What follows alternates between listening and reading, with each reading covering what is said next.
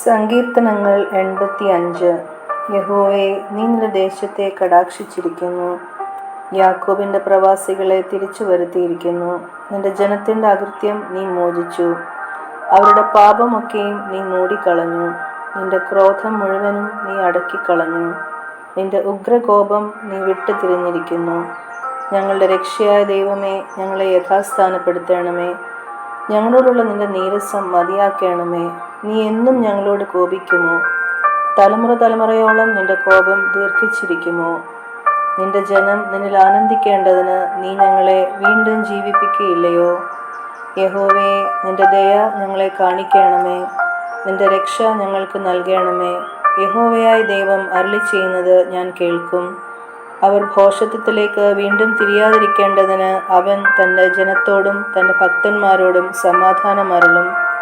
തിരുമഹത്വം നമ്മുടെ ദേശത്തിൽ വസിക്കേണ്ടതിന് അവൻ്റെ രക്ഷ അവൻ്റെ ഭക്തന്മാരോട് അടുത്തിരിക്കുന്നു നിശ്ചയം.